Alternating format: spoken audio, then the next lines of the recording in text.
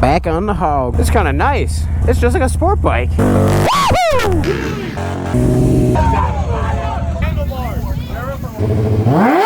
Back on the hog, baby. It's been almost a month. Did a little bit of modifications while she was down. New clutch cable, some variable inline enrichment devices, air cleaner. I got an idle adjuster too. I don't know if you can see that, but crank that puppy up to like 2,000, see what happens. One guy told me it runs 2,800, which is kind of insane. It's been a while since I larried this thing.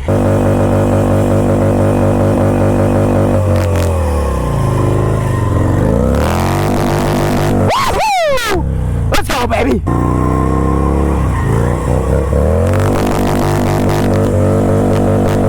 Yeah! Fuck, I love riding this thing, dude. Now we're gonna try a couple wheelies with the idle up, and then maybe try and cut a little something. A little something. Go to around 2K. It's kind of nice. A little high idle. It's just like a sport bike. It doesn't really feel much different. Ooh, got like 1,700. Here's what we're gonna do. We're gonna throw this thing up a knee knocker and use handbrake because it does not feel like it is gonna break.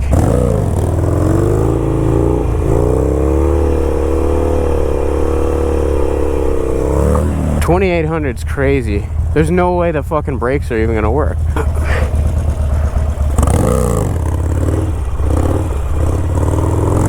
Maybe 1,500. Maybe I don't even need it that high.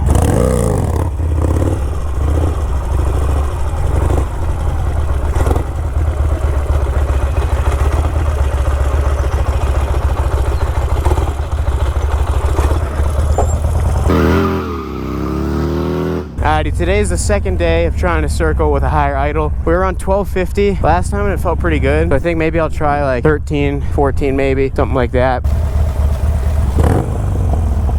See where that settles. 14.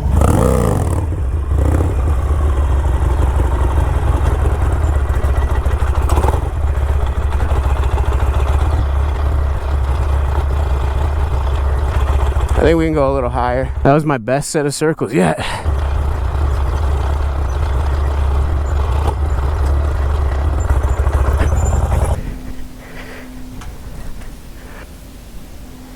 We're gonna do a couple more circles here. Actually get on the iPhone this time. I've got a couple GoPro shots, but every single good one that I had, tripod fell down or it stopped recording after 30 seconds. So hopefully we can land a good one. I just want to get one in the third person POV. I'm actually having a good time with these right now. I'm feeling super comfortable. It doesn't feel like it's gonna die on me necessarily. Whereas before on the stock idle, it felt like it was just chugging for the life of it. Now I feel like with it raised up a little bit, I actually have some control over it. It does feel a little bit sluggish, but I still have room to go up and idle. I'm only at like 1,600, I think. 1,600 was a little sketchy on that first clutch up because it came back and it did not feel like the brake was going to catch it, but it did circle good.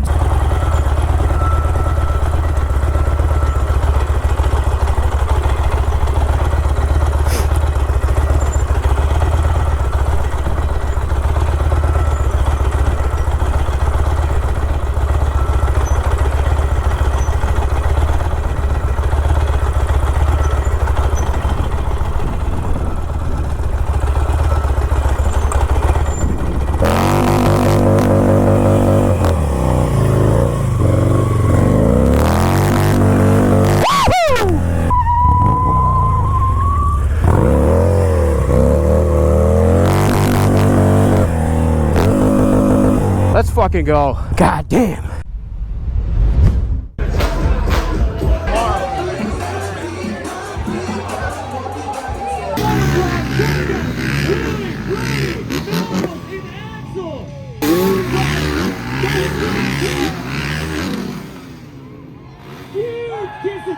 So stick around, the Monster Energy booth will have that. And as always, if you guys are having a good time, your boys can hear you inside those helmets.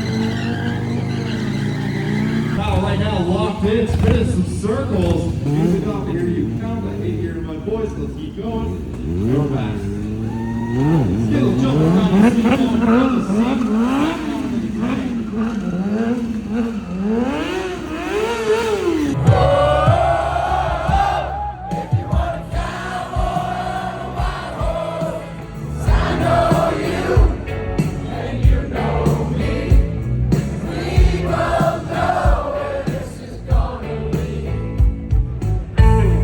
Is everybody having a good time tonight? Come on, is everybody having a good time tonight? Now let's drink some whiskey.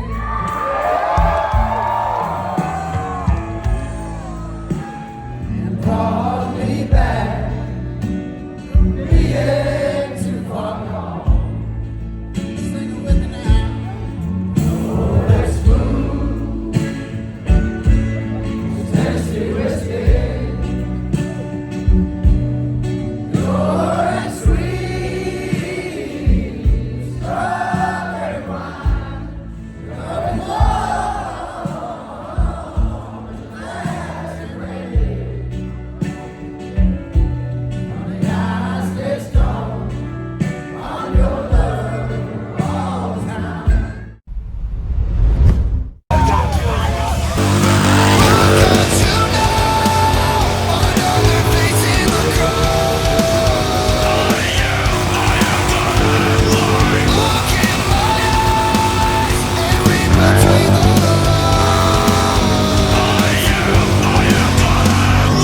Couple stoppies to start this session off.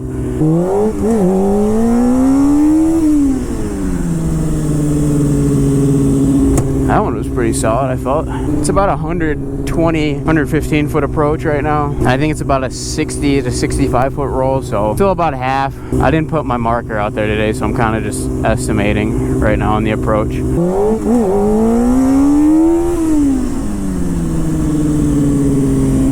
I've considered staying in first gear and just getting to like the top of first, because that way I'd have like a consistent speed every time, because I click it in a second and it's kind of just like roll on until I get to the pickup point.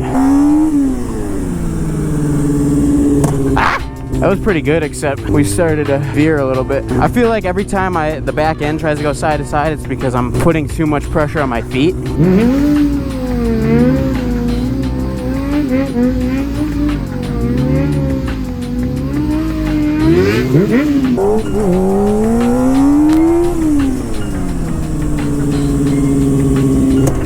That one was pretty solid.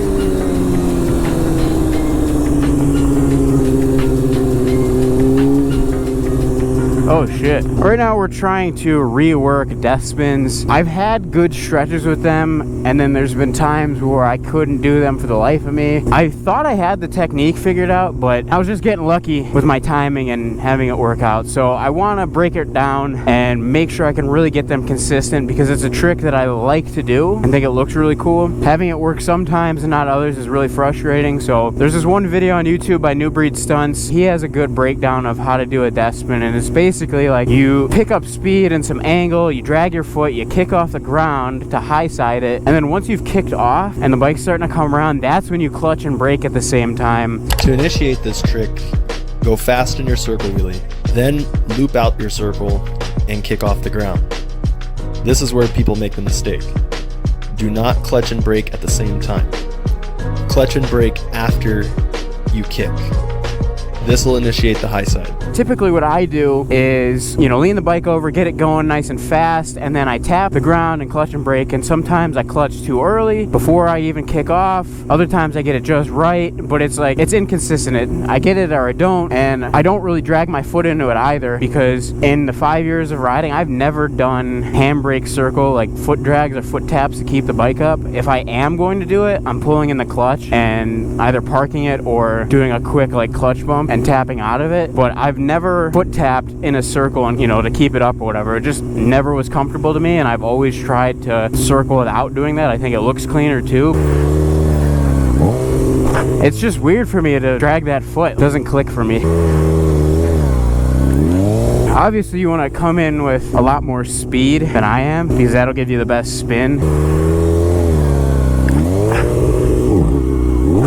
See, like that's a little baby one. There's like so little speed and not enough spin, but the technique is kind of there. See, like that was a bullshit one that I'm used to doing. Fuck this!